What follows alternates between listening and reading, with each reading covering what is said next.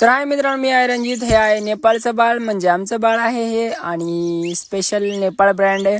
आणि ही आहे माझी आई, आणि ही आहे माझी नेपाळची बायको. मी आहे इकडे, आणि हा आहे माझ्या अवतीभोवतीचा परिसर.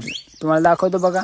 हिरवगार असं डोंगर झालेलं आहे, आणि त्यात वडाची सुंदर अशी झाडं आणि तरवट्याची पानं आणि छोटीशी झाडं बघून मन आनंद झाला. आता पायऱ्या चढून मी जात आहे, नाही का, डोंगराच्या वर जात आहे, सावकाश सावकाश हळुवार प्रमाणे जात आहे, आणि आता गतीने धावत जात आहे, कारण की मिनी ब्लॉगमध्ये आपल्याला जास्त टाइमपास नाही करायचा. त्याच्यामुळे हे बघा, बाहेरील वातावरण खूप सुंदर असं नेचर. हा आहे माझं गाव, सावरगाव आहे. तिथून पुढं अजून वरती गेलो, आलो डोंगरावर. ही आहे रेणुकामातेचं मंदिर. हा आहे मठ, दीपमाळ आहे. हे आहे पडलेलं झाड, आणि त्याचे मुळी बघा, आणि झाड इकडे पडलेलं आहे ह्या साईडला.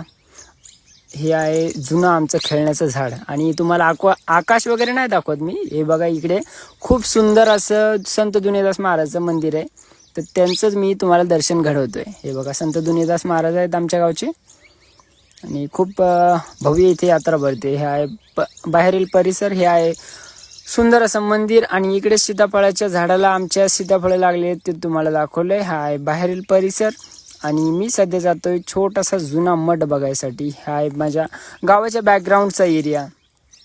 हे बघा, किती सुंदर अशा प्रकारे माझं गाव दिसतंय इकडे.